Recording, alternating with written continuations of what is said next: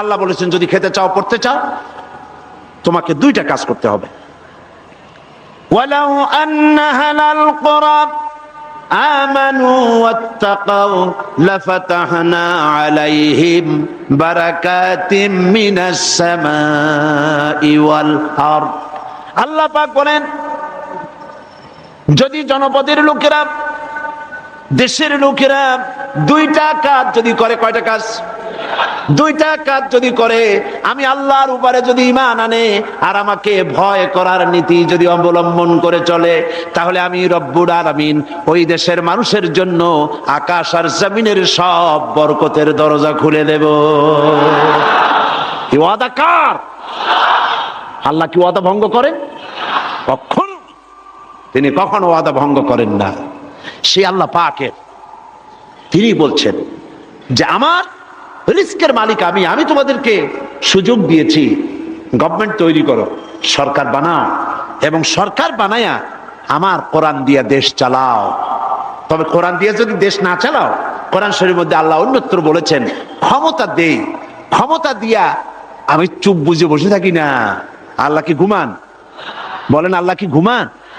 হযরত মুসা আলাইহিস সালাম একদিন আল্লাহরে বলেন, আল্লাহ তুমি নাকি ঘুমাও না? আল্লাহ পাক বলেন, অবশ্যই ঘুমাই না। তোমার বিশ্বাস হয় না? কয় আল্লাহ অবশ্যই বিশ্বাস হয়, তবে বুঝি না, আমার বুঝে আসে না। তো যখন তুমি বিশ্বাস করো, বুঝে যখন আসে না, তাহলে আমি বুঝাই দেব। বিশ্বাস না করলেই তো সর্বনাশ। বিশ্বাস না করলে কি সর্বনাশ। ইব্রাহিম আলাইহিস সালাম আল্লাহরে বলছিলেন, রব্বি আরিনি কাইফা তুহিয়াল মাউতা, আয় আল্লাহ তুমি মরারে জিন্দা বানাও কেমনে? আল্লাহ কয় আওয়ালাম তুমিন, বিশ্বাস করো না? হযরত ইব্রাহিম আলাইহিস সালাম বললেন বালা। তিনি নাম বলতে পারতেন, নাম মানে হ্যাঁ, আর বালা মানে, দুটো শব্দের অর্থ একরকম না। যদিও ব্যবহারিক পদ্ধতিতে বিভিন্ন জায়গায় দুটো একই অর্থে ব্যবহার হয়, কিন্তু আর্থিক দিক থেকে অর্থাৎ পারিভাষিক দিক থেকে দুটো অর্থ ব্যবহার হয়। হযরত ইব্রাহিম বলতে পারতেন বিশ্বাস করিয়া, নাম। তিনি নাম বললেন না। আল্লাহ বললেন আওয়ালাম তুমিন, বিশ্বাস করো না? জবাবে আমার জাতির পিতা কে বললেন? আমার জাতির পিতা। চিল্লায় কোন কে? আমার জাতির পিতার নাম কি? আমার জাতির পিতা বললেন বালা। এর অর্থ কি? হয় নট। কেন নয়? অবশ্যই বিশ্বাস করি। ওয়ালাকিন লিয়াতমাইন্না কলবি, কিন্তু আল্লাহ আমি যদি দেখতে পারি তাহলে আমার মনটা একটু ঠান্ডা হয়। শোনা কথা দেখা, এর মধ্যে একটু পার্থক্য আছে তো। আল্লাহ কয় তাহলে আমি তোমার দেখাবো। বিশ্বাস যখন করছো আমি তোমার দেখাবো। মুসা আলাইহিস সালাম কয় আল্লাহ তুমি নাকি ঘুমাও না? কয় ঘুমাই তো না। তুমি বিশ্বাস করো না? কয় করি। বুঝি না। কয় তাহলে বুঝাই, এক গ্লাস পানি নিয়ে আসো। মুসা আলাইহিস সালাম এক গ্লাস পানি নিয়ে আসলেন। আল্লাহ কয় দাঁড়াই থাকো। গ্লাস একটা নিয়ে মুসা আলাইহিস সালাম দাঁড়ায় আছেন। আল্লাহ মুসারে হুকুম করলেন গ্লাস নিয়ে দাঁড়াও, আর ঘুমেরে কইলেন মুসারে ধর। ঘুম এসে মুসা আলাইহিস সালামের ধরছে। এখন হাত গেছে শিথিল হইয়া, হাতের থেকে গ্লাস পড়িয়া ভাঙ্গা টুকরা টুকরা হয়ে গেল। মুসা আলাইহিস সালাম ভয় পেয়ে গেলেন। আল্লাহ রাব্বুল আলামিন বলেন ভয়ের কোনো কারণ নাই, আমি তোমাকে পরীক্ষার জন্য, বোঝার জন্য, তুমি বুঝতে পারো নাই আমি কেন ঘুমাই না, সেই বোঝাবার জন্যই গ্লাস হাতে নিয়ে দাঁড়ায় থাকতে বলছিলাম। তুমি মুসা একটা গ্লাস পানি নিয়ে কিছু সময়ের জন্য দাঁড়াতে পারলে না, ঘুম তোমাকে হাত শিথিল করে দিল, গ্লাস ভেঙে চুরে চুরমার হয়ে গেল। আর ওই তামাম বিশাল আকাশ, এই সোলার সিস্টেম, এই পৃথিবীতে আকাশে জমিনে গ্রহ নক্ষত্র সৌররাজি নবমণ্ডল ভূমণ্ডল কুল কায়নাত পুরা সৃষ্টি আমার হাতের মুঠার ভিতরে রয়েছে। গোটা পৃথিবীর সব কিছুর ট্রাফিক আমি আল্লাহ কন্ট্রোল করি। আমি যদি ঘুমায় যাই আকাশ আর জমিনের কোনো সিস্টেম আর বাকি থাকবে না। কোরআন শরীফের ভিতর আল্লাহ রাব্বুল আলামিন সাফ করে বলেছেন লা তাখুযুহু সিনাতু ওয়ালা নাওম। পড়েন লা তাখুযুহু সিনাতু ওয়ালা নাওম। আল্লাহর ঘুমও নাই, তন্দ্রাও নাই। সুবহানাল্লাহ। ঘুমও নাই, তন্দ্রা বোঝেন তো? জিমানি। আল্লাহ জিমায়ও না, আল্লাহর কোনো ক্লান্তি নাই। সুবহানাল্লাহ। সে আল্লাহ রাব্বুল আলামিন, তিনি বলছেন ক্ষমতা দিয়া ঘুমাই না, লিনানজুরা কাইফা তা'মালুন, ক্ষমতা দিয়ে লিনানজুরা কাইফা তা'মালুন, তাকায়া থাকি তুমি তোমার জনগণের সাথে কি আচরণ করো। জনগণের ভাগ্য বদলাও না দলের ভাগ্য বদলাও, তাকাইয়া দেখি। সেই আল্লাহ পাক আগের মতো আছেন না উল্টো পাল্টা হয়ে গেছে? আছে কিনা? আয়াতুল কুরসির ভিতরে আমরা পড়ে থাকি আল্লাহু লা ইলাহা ইল্লা হুয়াল হাইয়ুল কাইয়্যুম। আল্লাহ ছাড়া কোনো ইলাহ নাই, তিনি চিরজাগ্রত, তিনি চিরঞ্জীব। যেমন ছিলেন তেমন আছেন, তেমন। সুবহানাল্লাহ।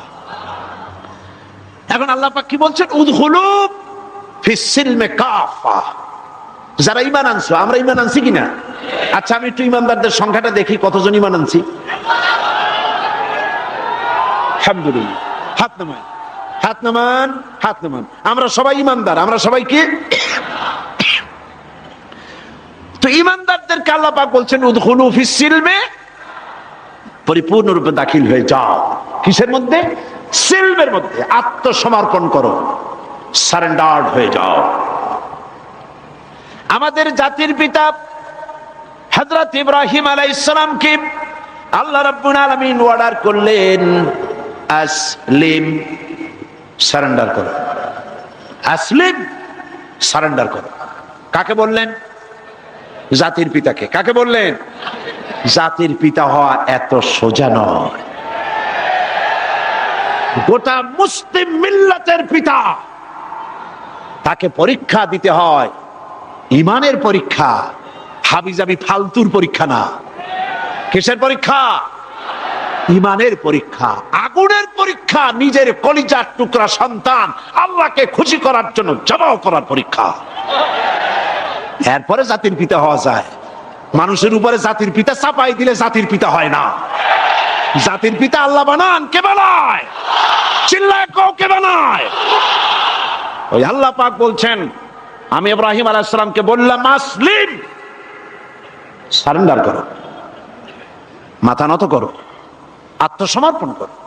আমার জাতির পিতা ইব্রাহিম আলাইহিস সালাম একটা প্রশ্ন তুললেন না যে আল্লাহ কোন কোন ব্যাপারে আমি আত্মসমর্পণ করব, কোন কোন ব্যাপারে আমি সারেন্ডার করব, কোনো প্রশ্ন নাই। আমার রব তিনি বলেছেন আসলিম। আমার জাতির পিতা এক সেকেন্ড দেরি না করে সঙ্গে সঙ্গে বলেছেন আসলামতু লিরাব্বিল আলামিন। পড়েন আসলামতু লিরাব্বিল আলামিন। সারেন্ডার্ড হয়ে গেলাম, আনকন্ডিশন, কোন শর্ত ছাড়াই, বিনা শর্তে, বিনা প্রশ্নে আমার রবের সামনে আমি আমার মাথা নত করে দিলাম। সুবহানাল্লাহ। আল্লাহ তারে গোটা বিশ্বের নেতা বানাবেন, গোটা বিশ্বের কিয়ামত পর্যন্ত মুসলমানদের জাতির পিতা বানাবেন। সেই জন্য আল্লাহ পরীক্ষা নিতে চাইলেন, জাতির পিতা তোমারে বানাবো, তবে তোমার ইমানটা কেমন তা একটু টেস্ট করা দরকার।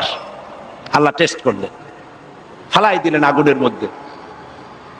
আগুনের ভিতরে ফালানো হচ্ছে। হযরত জিবরাইল বলছেন ইব্রাহিম আমার কাছে সাহায্য চাও, আমি আগুন থেকে তোমারে বাঁচায় দেব, আমার কাছে সাহায্য চাও। চতুর্দিকে লোকেরা দাঁড়ায় দেখতেছে, আগুনের ভিতরে এখনই পড়ে যাবেন। কোন মানুষ এমন আছে এইভাবে করে আগুনে সহজে পড়তে পারে, যিনি জানেন আমি পুড়ে যাব, ওনার পরিণতি কি হবে, আগুনে পড়বেন কি পড়বেন না, তা তো ইব্রাহিম আলাইহিস সালামের জানা ছিল না, ঠিক কিনা?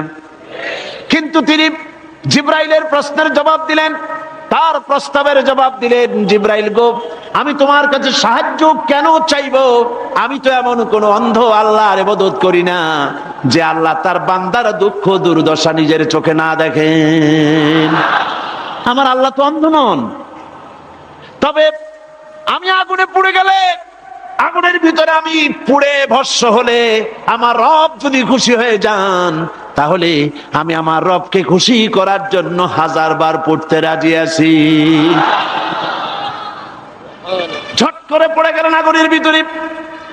ইমানে তিনি পাস করলেন, ফার্স্ট ক্লাস, ফার্স্ট হয়ে গেলেন ইমানের পরীক্ষায়। আমার আল্লাহ রাব্বুল আলামিন ইব্রাহিম দড়ি ছিঁড়ে আগুনের ভিতরে পড়ার আগে রব্বুল আলামিন আগুনের প্রতি নোটিশ করে দিলেন, ইয়া নারু কুনি বারদাও ওয়া সালামান আলা ইব্রাহিম। আগুন আমার ইব্রাহিমের জন্য শান্তিদায়ক ঠান্ডা হয়। সুবহানাল্লাহ, শান্তিদায়ক ঠান্ডা হয়। এমন ঠান্ডা হইল, আগুন তো জ্বলতেছে কিন্তু ইব্রাহিমের বসন্ত দূরের কথা, গায়ের জামাও পড়ে নাই। সুবহানাল্লাহ। এ হলো জাতির জাতির পিতা, ইমানের পরীক্ষা। তিনি বলেছেন, আসলামতু লিরাব্বিল আলামিন, আমি আমার প্রভুর সামনে মাথা নত করে দিলাম। আল্লাহ আবার পরীক্ষা করলেন, এক পরীক্ষা হলো না, পৃথিবীবাসীর সামনে তোমাকে দেখাতে হবে যে তুমি সত্যি জাতির পিতা হওয়ার যোগ্য। সুবহানাল্লাহ। সবে মাত্র 80 বছর বয়সের সময় ছেলে হয়েছে হযরত ইসমাইল। আল্লাহ রাব্বুল আলামিন অর্ডার করলেন, চলে যাও, এই নবজাতক সন্তান আর তার মাকে নিয়ে মরুভূমির ভিতরে রেখে আসো। কি কত বড় মারাত্মক অর্ডার! সারা জীবনের শেষ প্রান্তে এসে একটি মাত্র কলিজার টুকরা সন্তান পেয়েছেন, বউ আর বাচ্চা সুদ্ধা ফেলে আসতে হবে মরুভূমির মধ্যে। আশ্চর্য কথা। কোনো প্রশ্ন করেন নাই যে আল্লাহ নিষ্ঠুর ওয়াদাটা, এই অর্ডারটা আমারে কেন তুমি করলা? আমার উপরে এত বড় কঠিন পরীক্ষা, এ তো আগুনের পরীক্ষার চাইতে আরো মারাত্মক। আমি আমার বাচ্চাকে কেমনে মরুভূমিতে বানায় রেখে আসবো? কোন প্রশ্ন করেন নাই। এখন আল্লাহর ঘর যেখানে, মক্কা শরীফে আল্লাহর ঘরটা যেখানে দাঁড়িয়ে আছে, এইখানে হযরত ইব্রাহিম আলাইহিস সালাম তার ছেলেকে আর স্ত্রীকে রেখে এলেন। হযরতে হাজরা বলেন, ইব্রাহিম, আমাকে যেখানে রেখে যেতেছ এর কারণটা কি? আমি কি অপরাধ করেছি কোন কারণে আমার নবজাতক সন্তান শুদ্ধ এখানে তুমি রেখে যেতেছ? কোনো জবাব নাই। আবার জিজ্ঞেস করলেন, কেন রেখে যেতেছ? কোনো জবাব নাই। তৃতীয়বারই হযরত হাজরা বুঝতে পারলেন তার স্বামী আল্লাহর পয়গম্বর, আল্লাহর নির্দেশ ছাড়া কোনো কাজ তিনি করবেন না। তিনি প্রশ্ন করলেন, ইব্রাহিম, এটা কি আল্লাহর হুকুম নাকি? হযরত ইব্রাহিম বললেন, হাজরা গো, আল্লাহ পাকের হুকুমেই আমি তোমাকে রেখে গেলাম। আকাশের দিকে আঙ্গুলটা উঁচু করলেন, আবেগে ভারাক্রান্ত হয়ে গেলেন হযরত ইব্রাহিম আলাইহিস সালাম। হযরতে হাজরা বললেন, ইব্রাহিম, কোনো চিন্তা নাই, আল্লাহ পাক যখন হুকুম করেছেন নিশ্চিন্ত মনে তুমি বাড়ি ফিরে যাও। আমি আমার আল্লাহর উপরে এতটা নির্ভরশীল, এই মরুভূমি যেখানে পানি নাই, খাবার নাই, গাছ নাই, পালা নাই, ঘর নাই, মানুষ নাই, জন নাই, আমি আমার আল্লাহকে এতটা বিশ্বাস করি, এই মরুভূমির ভিতরে, তৃণহীন পানিহীন মরুভূমির ভিতরে আল্লাহ রব্বুল আলামিন আমাকে আর আমার ইসমাইলকে না খাওয়াইয়া মারবেন না। পরীক্ষা কাহাকে বলে? হযরত ইব্রাহিম আলাইহিস সালাম চলে গেলেন, একবার ফিরেও তাকান নাই। সুবহানাল্লাহ কইতে পারলেন না। এখানে পরীক্ষা শেষ হলো না। ছেলে একটু বড় হয়েছে, দৌড়াতে পারে, জ্ঞান বুদ্ধি কিছুটা হয়েছে। আল্লাহ পাক অর্ডার করলেন, যাও এইবার ছেলেকে জবাহ করো। এই পরীক্ষা আগুনের পরীক্ষার চাইতে সহজ নাকি? সুবহানাল্লাহ, সুবহানাল্লাহ। জাতির পিতা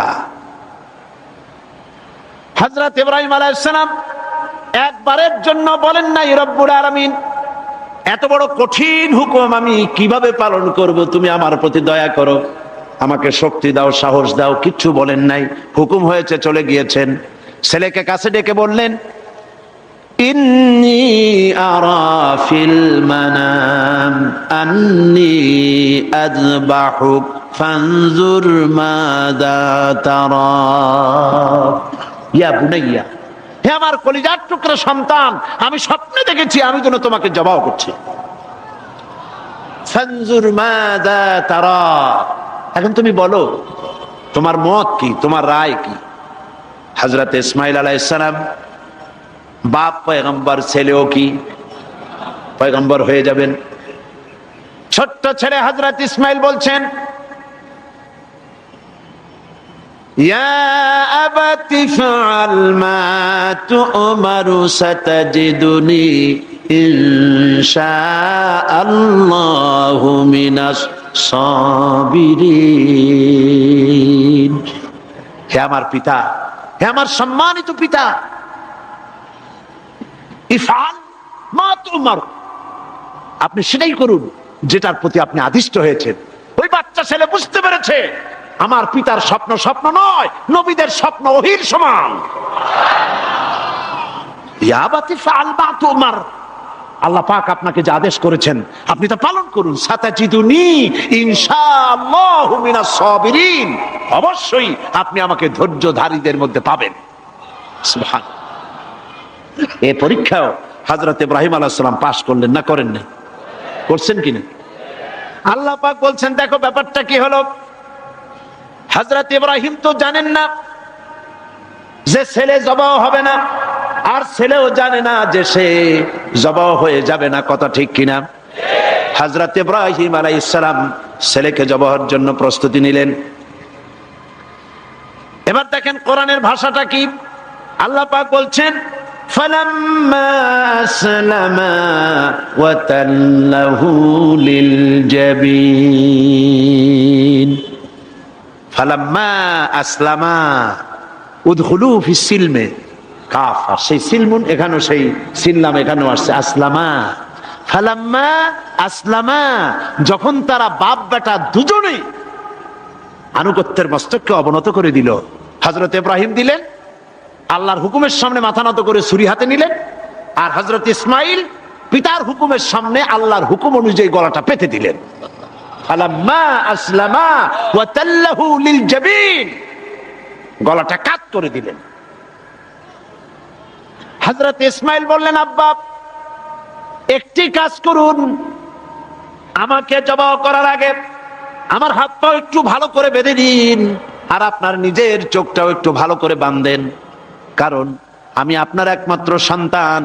আমাকে জবাহ করতে গেলে আমার গলার উপরে যখন ছুরি ধরবেন আপনার কলিজায় মায়ার উদ্রেক হয়ে যেতে পারে। চোখটা বেঁধে নেন আর আমার হাত পা বাঁধেন, যাতে করে আমার হাত পা আপনার গায়ে না লাগে। আর আমি মরে যাও, আমি জবাহ হয়ে যাওয়ার পর আমার রক্ত মাখা জামাটা নিয়ে আমার মাকে দিয়ে দিবেন, আর বলবেন ইসমাইলের সঙ্গে কিয়ামতের দিন তোমার সঙ্গে দেখা হয়ে যাবে। হযরত ইব্রাহিম আলাইহিস সালাম ইসমাইলকে বাঁধলেন, নিজের চোখ বাঁধলেন, হযরত ইসমাইলকে জবাহ করতে যাবেন। হযরত ইসমাইল বলেন আব্বা আমার একটা ভুল হয়ে গেছে, আমার হাত পায়ের বাঁধন খুলে দেন। হযরত ইব্রাহিম বাঁধন খুলে দিলেন, আর জিজ্ঞেস করলেন বাঁধতে বললে আবার খুলতে বললে কেন? হযরত ইসমাইল বললেন বাঁধার পরে আমার মনের মধ্যে একটা চিন্তা জাগলো, হাত পা বন্ধন অবস্থায় যদি আমারে জবাহ করা হয় তাহলে না জানি কিয়ামতের ময়দানে এমন প্রশ্ন উঠতে পারে যে ইসমাইল আল্লাহর হুকুমে রাজি ছিল না বলে তার বাবা তার হাত পা বেঁধে জবাহ করেছিল। এই প্রশ্ন যাতে না উঠতে পারে হাত পা ছেড়ে দেন, আমি ধৈর্য ধারণ করব, নড়ব না। সুবহানাল্লাহ। হযরত ইব্রাহিম আলাইহিস সালামকে আল্লাহ পাক এই পরীক্ষায় পাশ করায় দিলেন। তিনি পরীক্ষায় পাশ করলেন। আল্লাহ রাব্বুল আলামিন এবার আমার জাতির পিতাকে ডাকতেছেন, ওয়া নাদাইনাহু আইয়া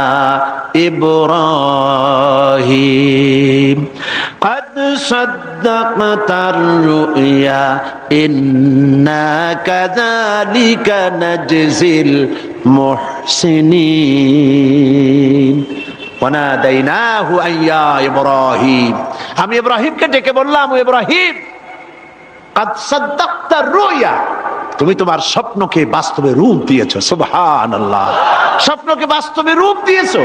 ইন্না কাযালিকা নাজজিল মুহসিনিন, এইভাবে মুহসিনিনদেরকে আমি পুরস্কৃত করে থাকি দুনিয়া এবং আখিরাতে। হযরত ইব্রাহিমের নাম যতদিন পর্যন্ত সূর্য পূর্ব দিগন্ত থেকে উদিত হবে আর পশ্চিম দিগন্তে অস্তমিত হওয়ার এই ধারা যতদিন প্রবাহিত থাকবে, যতদিন এই পরিক্রমা জারি থাকবে, ততদিন পর্যন্ত পৃথিবীর জাতি ধর্ম দল মত নির্বিশেষে সকল মানুষের মুখে উচ্চারিত হবে ইব্রাহিম আলাইহিস সালাম, সালামুন আলা ইব্রাহিম। সুবহান। কারণটা হচ্ছে আল্লাহ পাক বলেছিলেন আসলিম, ইব্রাহিম আলাইহিস সালাম বলেন আসলামতু লিরাব্বিল আলামিন, আমি আমার প্রভুর সামনে আমার মাথাকে নত করে দিলাম। এটাই মুসলমানের কাজ, মুসলমানকে আল্লাহ পাক শেখাচ্ছেন। কুল ইন্না সালাতি ওয়া নুসুকি ওয়া মাহইয়ায়া ওয়া মামাতি লিল্লাহি রাব্বিল আলামিন। পড়েন আমার সাথে, কুল ইন্না সালাতি ওয়া নুসুকি ওয়া মাহইয়ায়া ওয়া মামাতি লিল্লাহি রাব্বিল আলামিন। আল্লাহ পাক বলেন, বলো। কাদেরকে বলতেছেন? আমাদেরকে। কাদেরকে? বলো বলো। ইন্না সালাতি, নিশ্চয়ই আমার নামাজ, ওয়া নুসুকি, আমার কুরবানি, ওয়া মাহইয়ায়া, আমার বেঁচে থাকা, ওয়া মামাতি, আর আমার মরে যাওয়া, কার জন্য?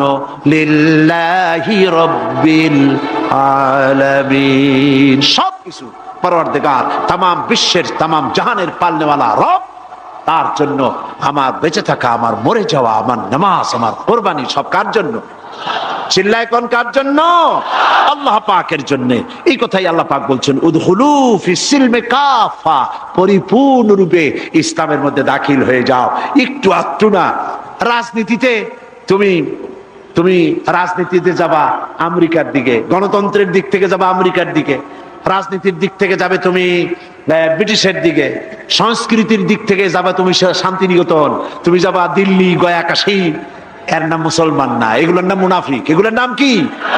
যারা বলেন নাম কি? তোমাকে যেতে হবে মক্কা মদিনা হতে হবে। কোন পন্থী? মক্কা মদিনা পন্থী হতে হবে। উদখুলু ফিস সিলমি কাফা, পরিপূর্ণরূপে ইসলামের মধ্যে দাখিল হয়ে যাও।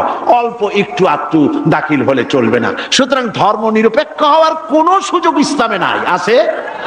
আচ্ছা, আপনারা আমাকে বলেন, দুনিয়ায় কোন নবী ধর্ম নিরপেক্ষ ছিলেন? বলেন, একজন নবীর নাম কোন? একজন নবীর নাম এই বিশাল জনসমুদ্রের কাছে আমি জানতে চাই। একজন নবীর নাম বলুন যিনি ধর্ম নিরপেক্ষ ছিলেন। জি নাই। একজন সাহাবীর নাম বলতে পারবেন? তামাম পৃথিবীর সমস্ত আলেম, উলামা, পীর, বুজুর্গ, মুহাদ্দিসিন, মুফাসসিরিন, মুহাক্কিকিন সব একমত, ধর্ম নিরপেক্ষ মতবাদ একটি কুফরি মতবাদ। এই মতবাদ আল্লাহর নয়, এটা শয়তানের তৈরি। এটা কার তৈরি? আর ইসলামটা কার? আল্লাহর। ধর্ম নিরপেক্ষতা কার? ধর্মের ব্যাপারে নিরপেক্ষ আপনি হতে পারেন না।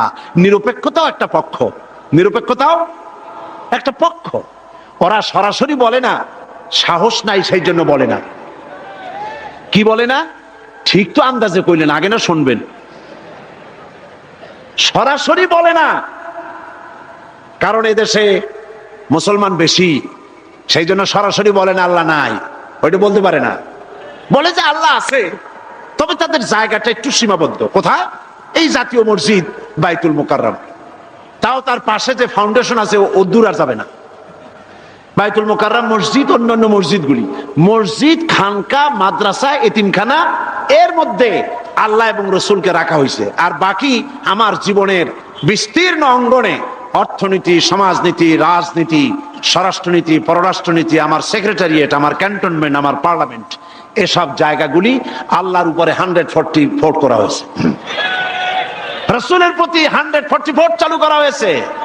এখানে 144 ধারা, আল্লাহও ঢুকতে পারবে না, রসুলও ঢুকতে পারবে না। আল্লাহ রসুলকে দুইটা ভাগ করা হয়েছে। আমার নামাজ, রোজা, হজ, যাকাত আল্লাহর কথা মতো, আর আমার অর্থনীতি, সমাজনীতি, রাজনীতি এগুলি হবে আমার নিজের চিন্তা মতো। এই চিন্তা যারা করেন তারা মুসলমান নন, মুসলমান নন, মুসলমান নন, অবশ্যই মুনাফিক। অবশ্যই কি?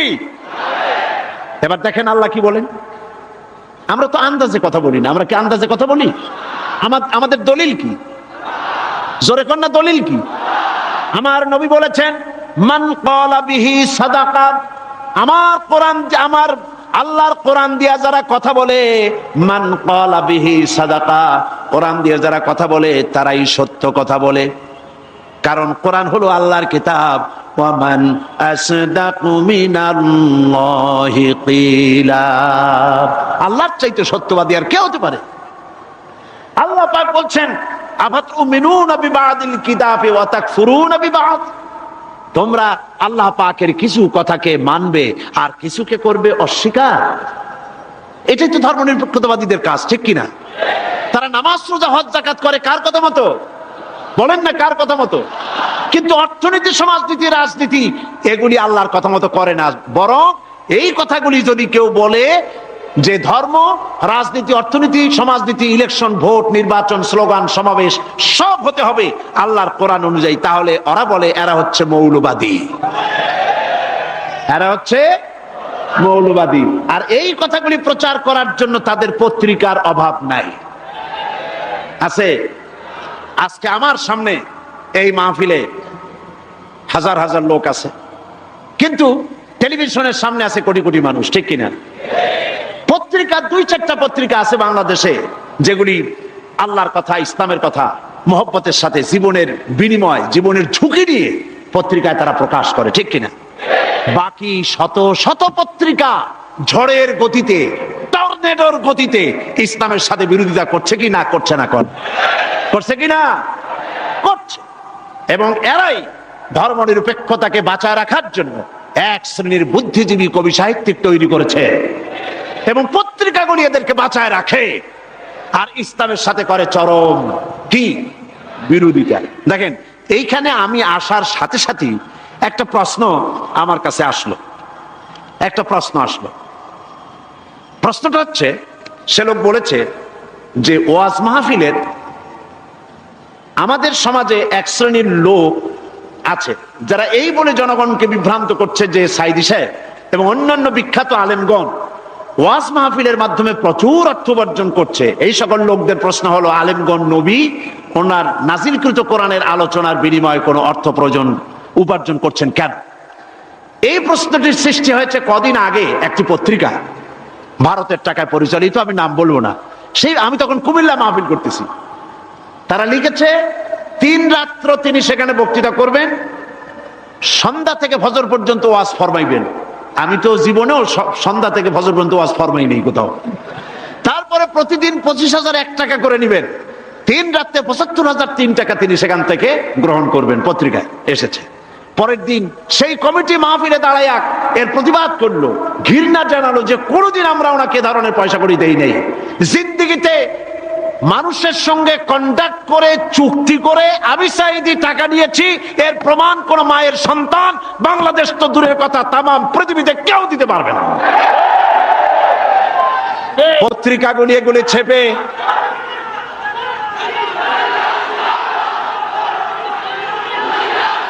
একটাই নমুনা দেখুন, একটা দৃষ্টান্ত শোনাই। আমার একটা নির্বাচনী মামলা চলতেছিল, জানেন কিনা আপনারা? গত মাসখানেক আগে যখন হাইকোর্ট থেকে আমার বিপক্ষে রায়টা গেল, রায়টা হলো একজন মুশরিকের পক্ষে, বিচারপতিরা রায় দিয়েছেন। এই রায়ের প্রতি, বিচারপতিদের প্রতি আমার কোনো বক্তব্য নাই। আইনের প্রতি সব সময় আমরা শ্রদ্ধাশীল, বিচারকদের প্রতি শ্রদ্ধাশীল। রায় তারা যেটা দিয়েছেন, একজন মুশরিকের পক্ষে সেটা গিয়েছে, আমার বিপক্ষে গিয়েছে। এমন কোন পত্রিকা সেদিন ছিল না। পরের দিন প্রত্যেকটি পত্রিকার ব্যানার হেডলাইনে এত বড় অক্ষর দিয়ে লিখেছে, সাইদি আর এমপি নাই, তিনি কুপকাত।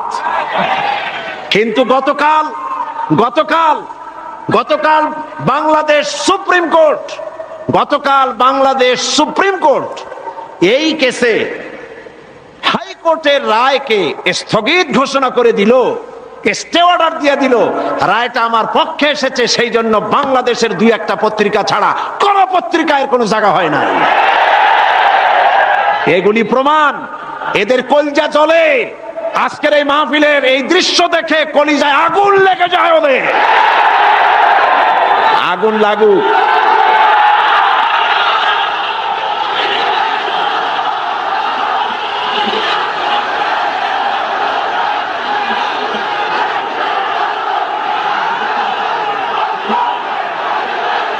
মুতু বেগাইজিকুম। এরা চলতে থাকবে। আর আমার আল্লাহর ফরমান শুনুন। কার ফরমান? ইউরিদুনা লিইউতফিউ নূরাল্লাহি বিআফওয়াহিহিম ওয়াল্লাহু মুতিম্মু নূরিহি ওয়ালাউ কারিহাল কাফিরুন। আল্লাহ পাক বলেন, ওরা চায় মুখের ফু দিয়া আমার আলোকে নির্বাপিত করে দেবে, আমার আলোটারে দুনিয়া থেকে নিভায়ে দেবে। আল্লাহ পাক বলেন ওদের মনের মধ্যে যত জ্বালা পোড়া হোক না কেন, আমার দিনকে আমি, আমার দিনের আলোকে আমি প্রজ্বলিত করে রাখবো, এটাকে আমি পূর্ণতা দান করব। ওদের কলজে যত পুড়ুক, জ্বলতে থাকো, পুড়তে থাকো। তোমাদের চোখের সামনেই এই বাংলাদেশের একদিন আসবে যেদিন তোমাদের নাকের ডগার উপর দিয়ে কালেমার পতাকা করে উঠবে ইনশাআল্লাহ। বলেন ইনশাআল্লাহ, বলেন ইনশাআল্লাহ। এবার বিশ্বকবি কি বলেন শোনেন। বিশ্বকবি আল্লামা ইকবাল বলেন, সতীজা কর রহা হ্যায় अज़ल से ताइम रोज, सतीजा कर रहा है अज़ल से ताइम रोज, चरागे मुस्तफावी से शरारे बुलहबीस। সে আবামান কাল থেকে শুরু করে পর্যন্ত নমরুদ, ফেরাউন, হামান, সাদ্দাত, আবু জাহেলের গোষ্ঠীরা নবুয়তের চারাগকে নিভায়ে ফেলতে চেয়েছে, কিন্তু তাদের হাজারো প্রচেষ্টা সত্ত্বে চারাগে মুস্তাফা আবি রাসূল করিম সাল্লাল্লাহু আলাইহি ওয়াসাল্লামের জ্বালানো চারাগটা টিম টিম করে জ্বলতে রয়েছে। টর্নেডো, গর্কি এবং ঝড়ো হাওয়ার মোকাবেলা করে জ্বলতে থাকবে ইলা ইয়াউমিল কিয়ামা। কেউ ঠেকাতে পারবে না। পারবে কেউ ঠেকাতে? কেউ ঠেকাতে পারবে না। সুতরাং কোরআন শরীফের কিছু কথা মানবেন আর কিছু কথা মানবেন না, এটার নাম হচ্ছে মুনাফিকি। এটার নাম মুনাফিক। জীবনের সকল ক্ষেত্রে মানতে হবে কার কথা? আল্লাহর কথা। ধর্ম নিরপেক্ষতার অর্থই হলো ধর্মহীনতা। এই ধর্ম নিরপেক্ষতায় যারা বিশ্বাসী তারাই 1972 সনে বাংলাদেশের সবগুলি ইউনিভার্সিটির মনোগ্রাম থেকে ইকরা বিস্মি রাব্বিকাল্লাযী খালাক রব্বি জিদনি ইলমা কোরআনের আয়াতকে তারা তুলে ফেলেছিল। যারা এই ধর্ম নিরপেক্ষতায় বিশ্বাসী তারাই সালিমুল্লাহ মুসলিম হলের মুসলিম শব্দ মুছে ফেলে দিয়েছিল। এই তারাই নজরুল ইসলাম কলেজের ইসলাম শব্দ তুলে ফেলে দিয়েছিল। এই তারাই নিজেদের দলের নামের ভেতর থেকে মুসলিম শব্দটি একটি বিশেষ ধর্মীয় গোষ্ঠীর ভোট পাওয়ার জন্য নিজের দলের নাম থেকে মুসলিম শব্দ বিসর্জন দিতে কুণ্ঠাবোধ করে না। সুতরাং ধর্ম নিরপেক্ষ মতবাদ শয়তানের আবিষ্কার। কার আবিষ্কার? ওরা দুইটা আয়াত পেয়েছে কোরআন শরীফ থেকে, দুইটা আয়াত। ওরা বলে ধর্ম নিরপেক্ষতাবাদের কথা তো কোরআন শরীফই আছে আর বুখারী শরীফও আছে। কোথায় আছে? কয় যে বুখারী শরীফে আছে লাকুম দীনুকুম ওয়ালিয়া দীন। নাউযুবিল্লাহ। আল্লাহর কোরআনের আয়াত নিয়ে ঢুকাইছে কিসের মধ্যে? বুখারীর মধ্যে। লাকুম দীনুকুম ওয়ালিয়া দীন মানে কি? লাকুম দীনুকুম ওয়ালিয়া দীন অর্থ তারা করেছে যে যার ধর্ম তার কাছে। এটা ধর্ম নিরপেক্ষবাদের কথা। তোমরা বাঙ্গালকে হাইকোর্ট দেখাতে চেষ্টা করো। কোরআন পড়তে জানো? লাকুম দীনুকুম বানান করে কেমনে তা জানো? এটা নাজিল হয়েছে কোন প্রেক্ষাপটে তা কি জানো? সুতরাং যা জানো না সে বিষয়ে কথা বলতে এসো না। আমি যদি মেডিকেল সায়েন্স না জানি, আমি যদি চিকিৎসা বিজ্ঞান না জানি, আমি যদি ওষুধপত্রের খোঁজ খবর না রাখি, তাহলে কোন ডাক্তারের প্রেসক্রিপশনের উপরে কথা বলা আমার ধৃষ্টতা। ঠিক কিনা? যে বিষয় আমি জানি না, অর্থনীতি যদি আমি না বুঝি, তো কোন অর্থনীতিবিদের বক্তব্যের উপরে আন্দাজে কোন কথা মারিয়ে দেওয়া, মাথা দিয়ে ঠেলা আমার জন্য ঠিক নয়। তো তুমি ধর্ম জানো না, তুমি কোরআন জিন্দেগিতে পড়ো নাই, কোরআন বানান করে কেমনে তাও জানো না, সূরা ফাতিহাও শুদ্ধ করে পড়তে পারো না, লাকুম দীনুকুম শুনাই দিলাম মানুষেরে, আর সাধারণ মানুষ মনে করলো মাশাআল্লাহ আমাদের নেতা নেত্রী তো বুখারীও পড়ে দেখা যায়। লাকুম দীনুকুম ওয়ালিয়া দীন প্রেক্ষাপট কি? কাফেরেরা বলেছিলেন হে রাসূল, কাফেরেরা বলছে কুরাইশ নেতৃবৃন্দ, হে রাসূল, হে মুহাম্মদ সাল্লাল্লাহু আলাইহি ওয়াসাল্লাম, আসো ধর্ম আমরা 50-50 করে ভাগাভাগি করে নিই। এইরকমের করে ঝগড়া ভাগড়া করা কোন লাভ নাই, আসো আমরা 50-50 করি। বলে কি রকম? বলে কিছুদিন আমরা মসজিদে ঢুকে তোমার আল্লাহরে দুই একটা সেজদা দেব, আর তুমি কিছুদিন আমাদের মূর্তিগুলোর সামনে এসে একটু প্রণাম দিয়ে যাইও। ধর্ম ভাগাভাগি করে নিই। এই সময় আল্লাহ পাক এই আয়াত নাজিল করলেন। এই সূরার নাম কি? আল্লাহ রাব্বুল আলামিন ওহী নাজিল করে দিলেন, কুল ইয়া আইয়ুহাল কাফিরুন লা আ'বুদু মা তা'বুদুন। হে কাফের বলো, হে নবী বলুন, হে কাফেরেরা, আমরা যার ইবাদত করি তোমরা তার ইবাদত করো না, তোমরা যার ইবাদত করো আমরা তার ইবাদত করি না। সুতরাং লাকুম দীনুকুম ওয়ালিয়াদিন, তোমরা তোমাদের দিন নিয়ে থাকো, আমরা আমাদের দিন নিয়ে থাকি। এটা তো নিরপেক্ষতার কথা নয়, এটা তো পক্ষের কথা। তোমরা তোমাদের ধর্মের পক্ষে থাকো, আমরা আমাদের ধর্মের পক্ষে থাকি। এইটারে তারা বানাইছে নিরপেক্ষর আয়াত। নাউযুবিল্লাহ। কোন শয়তান এদের শিখাইছে আল্লাহই জানে। এরপরে আরেকটা আয়াত তারা বেছে নিয়েছে, সেটা হচ্ছে লা ইকরাহা ফিদ্দিন, ধর্মের মধ্যে বাড়াবাড়ি নাই।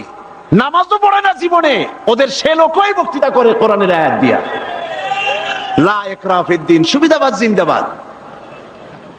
লা ইকরাহা ফিদ্দিন মানে কি? ধর্মের ব্যাপারে বাড়াবাড়ি নাই। সেটা কি? সেটার অর্থ হচ্ছে প্রলোভন দিয়ে, ভয় দিয়ে, অথবা পয়সা কড়ি দিয়ে, অথবা চাপ সৃষ্টি করে কোন ক্রমে অন্য কোন ধর্মের লোককে মুসলমান বানানো যাবে না, এ ব্যাপারে বাড়াবাড়ি করা যাবে না। এটাই হচ্ছে আয়াতের মূল বক্তব্য। লা ইকরাহা ফিদ্দিন, ধর্মের ব্যাপারে বাড়াবাড়ি করা যাবে না, সুতরাং তুমি নামাজ পড়ো, রোজা করো, এটারে আর অর্থনীতি সমাজনীতিতে আইনো না। এটা হলো তাদের বক্তব্য। নাউযুবিল্লাহি মিন যালিক। আপনারা আমাকে বলেন, রাসূল করিম সাল্লাল্লাহু আলাইহি ওয়াসাল্লাম তিনি কি রাষ্ট্রপ্রধান ছিলেন না? আমি বুঝি না মানুষের মাথার মধ্যে এই চিন্তাগুলি কেন আসে না। রাসূল সাল্লাল্লাহু আলাইহি ওয়াসাল্লাম একটা রাষ্ট্র পরিচালনা করেছিলেন। তিনি কি রাজনীতি ছাড়াই রাষ্ট্র পরিচালনা করছিলেন? বলেন আপনারা। তিনি যে রাষ্ট্রের প্রধান ছিলেন, সেটার পরিধি ছিল 12.5 লক্ষ বর্গ মাইল। রাসূলুল্লাহ নবীদের মধ্যে একাই রাজনীতি করেছেন, আর কেউ করে নাই। এমনটি হয়েছে এই কোরআন শরীফে। আর কারো নাম আপনারা জানেন যিনি রাজনীতি করেছিলেন, যিনি রাষ্ট্র চালিয়েছিলেন? বলেন তো নামটা কি? ইউসুফ আলাইহিস সালাম। তিনি খাদ্য এবং অর্থ দপ্তরের মন্ত্রী ছিলেন। একদিকে রাসূল, আর একদিকে অর্থ এবং খাদ্য দপ্তরের মন্ত্রী। কোন দেশের? মিশরের। এরপরে গোটা মিশরের প্রেসিডেন্ট হলেন কে? ইউসুফ আলাইহিস সালাম গোটা মিশরের প্রেসিডেন্ট, দাউদ আলাইহিস সালাম প্রেসিডেন্ট, সুলাইমান আলাইহিস সালাম तमाम পৃথিবীর প্রেসিডেন্ট, রাসূল করিম সাল্লাল্লাহু আলাইহি ওয়াসাল্লাম তিনিও প্রেসিডেন্ট। তিনি ইন্তেকাল করার পরে হযরত আবু বকর রাদিয়াল্লাহু তাআলা আনহু সহ সাহাবীরা রাজনীতি ছেড়ে দিয়েছেন নাকি? বলেন, ছেড়ে দিয়েছে নাকি? হযরত আবু বকর, যার সম্পর্কে রাসূলুল্লাহ বলেছেন तमाम পৃথিবীর মুমিনের ঈমান যদি এক পাল্লায় রাখা হয়, আর এক পাল্লায় যদি আবু বকরের ঈমান রাখা হয়, দুনিয়াবাসী দেখতে পাবে तमाम পৃথিবীর মুমিনের ঈমানের তুলনায় এক আবু বকরের ঈমানের পাল্লাটা ভারী হয়ে যাবে। তিনি খলিফাতুল মুসলিমিন ছিলেন, আমিরুল মুমিনিন ছিলেন, প্রেসিডেন্ট ছিলেন। হযরত ওমর রাদিয়াল্লাহু তাআলা আনহু গোটা বিশ্বের অর্ধেকটা পৃথিবীর প্রেসিডেন্ট ছিলেন, যার সম্পর্কে রাসূল বলেছেন লা নাবিয়্যা বাদি ওয়ালা রাসূলা, আমার পরে নবীও হবে না, রাসূলও হবে না। কিন্তু যদি কেউ নবী হতো আমার পরে, লাকানা ওমর, ওমর অবশ্যই আল্লাহর নবী হয়ে যেতেন। হযরত ওসমান জিন্নুরাইন তিনি প্রেসিডেন্ট ছিলেন। হযরত আলী কাররামাল্লাহু ওয়াজহাহু তিনি প্রেসিডেন্ট ছিলেন, ছিলেন না? তাহলে কি করে বলতে পারেন মুসলমানের সন্তান হইয়া, কেমনে বলতে পারেন যে ধর্ম আর রাজনীতি আলাদা, আমি ধর্ম নিরপেক্ষ? নিরপেক্ষ থাকতে পারবেন না। যেমন পথ চলতে গেলে হয় আপনি রাইটিস্ট হবেন, না হয় আপনি লেফটিস্ট হবেন। হয় ডান দিক দিয়ে চলবেন, না হয় বাম দিক দিয়ে। কিন্তু কেউ যদি কয় যে আমি রাইটিস্ট হব না, লেফটিস্ট হব না, আমি মিডিলিস্ট হব, আমি রাস্তার মাঝখানে দাঁড়ায় থাকবো, আমি নিরপেক্ষ, কোনো পক্ষে যাবে না, আমি নিরপেক্ষ রাস্তার মাঝখানে। এখন আপনি ঢাকা চিটাগং হাইওয়ে, মোটরওয়ে, বিশ্ব রোড, এই বিশ্ব রোডের ডান দিকেও নাই বাম দিকেও নাই, যেহেতু আপনি নিরপেক্ষ, আপনি মাঝখানে দাঁড়াইছেন। আপনার এই মাঝখানে দাঁড়াবার স্বাদ মিটিয়ে দেবে ট্রাক বাবাজি আইসা, জনমের স্বাদ মিটিয়ে দেবে। ঠিক কিনা? ঠিক কিনা? তাহলে মুসলমানের আপনারা আপনাদের অবস্থান ঠিক করুন, কোন দিকে যাবেন? ডান দিক না বাম দিক না মাঝখানে? কোন দিকে? ডান দিকে। আসহাবুল ইয়ামিন, ডান দিকের নেতৃত্ব দিয়েছে নবীরা, এবং এই নেতৃত্ব দিয়ে তারা ডানপন্থীদের নিয়ে যাবে জান্নাতে। কোথায় নিয়ে যাবে? আর বামপন্থীদের নেতৃত্ব দিয়েছে শয়তান। আমি জানি না, বুঝি না, মুসলমান হইয়া মুসলমানের ঘরে জন্মগ্রহণ করে বামপন্থী আন্দোলন কেমনে করে আমার মাথা ঢোকে না। কোরআন শরীফে বলা হয়েছে আসহাবুশ শিমাল বামপন্থী, এই বামপন্থীদের নেতা হলো শয়তান, শয়তান বামপন্থীদের নেতৃত্ব দিয়া কিয়ামতের দিন নিয়ে যাবে জাহান্নামে। কোন দিকে নিয়ে যাবে? জাহান্নামে নিয়ে যাবে। সুতরাং আপনি ডিসাইড করুন, আপনি ঠিক করুন কোন দিকে যাবেন, ডান অর বাম অথবা মাঝখানে, কোন দিকে? যদি আপনি বামে চলে যান জাহান্নামে যেতে হবে। যদি মাঝখানে দাঁড়ান, রাস্তার মাঝখানে দাঁড়ালে ট্রাক যেভাবে আপনাকে জীবনের স্বাদ মিটায় দেবে মাটির সাথে মিশিয়ে দিয়ে, ওইভাবে করে আপনি ডানপন্থীও হলেন না বামপন্থীও হলেন না, মাঝখানে দাঁড়িয়ে আছেন, অবস্থান মানুষকে বুঝতে দিলেন না, মুনাফিকের জায়গায় দাঁড়ায় আছেন। শয়তান এসে আপনাকে সবল মেরে জাহান্নামে নিক্ষেপ করবে। নিরপেক্ষতার কোন স্থান ইসলাম নাই, ধর্ম নিরপেক্ষতার কোন জায়গা নাই। এখানে সুস্পষ্ট ভাবে পরিপূর্ণরূপে ইসলামের মধ্যে, সিলমের মধ্যে পরিপূর্ণরূপে দাখিল হয়ে যাও। 16 আনা শুধু এতটুকু নয়, পরিপূর্ণভাবে ইসলামের ভিতরে আসো। নামাজে, রোজায়, হজে, জাকাতে, ওঠায় বসায়, চলায় ফেরায়, বিয়েতে শাদিতে, পার্লামেন্টে, বঙ্গভবনে, ক্যান্টনমেন্টে, সেক্রেটারিয়েটে, দোকানে পাটে, রান্নাঘর থেকে শুরু করে বঙ্গভবন পর্যন্ত সর্বত্র কিসের মধ্যে দাখিল হও? উদখুলু ফিস সিলমে কাফা। 16 আনা পরিপূর্ণরূপে ইসলামের মধ্যে দাখিল হয়ে যাও। অল্প একটু হলে পরে হবে না, 2 আনা 4 আনা হলে হবে না। পরিপূর্ণরূপে ইসলামের মধ্যে দাখিল হওয়ার জন্য আল্লাহ রাব্বুল আলামিন এই আয়াতে কারিমার মধ্যে নির্দেশ করেছেন। বাকি কথা আমি আগামী কাল বলবো ইনশাআল্লাহ। মুনাজাতের জন্য দাঁড়ানো লোকেরা সবাই বসেন, যত লোক দাঁড়িয়ে আছেন সবাই বসুন। এত বড় মাহফিলের মোনাজাত পাওয়া নিশ্চয়ই সৌভাগ্যের ব্যাপার, ঠিক কিনা গো? জোরে বলেন ঠিক কিনা? মুহাব্বতের সাথে দাঁড়ানো ভাইয়েরা সবাই বসুন, আর একটু জিকির করেন আল্লাহ আল্লাহ আল্লাহ আল্লাহ আল্লাহ আল্লাহ। কালকে পাঠা রাখতে হবে, হ্যাঁ একটু চা। আমি কিন্তু দাঁড়াতে বলি নাই। আর মোনাজাতের কথা শুনলে যদি কেউ হাঁটে, এটা কিন্তু আপনার নিজের জন্যই আপনি ক্ষতি করছেন।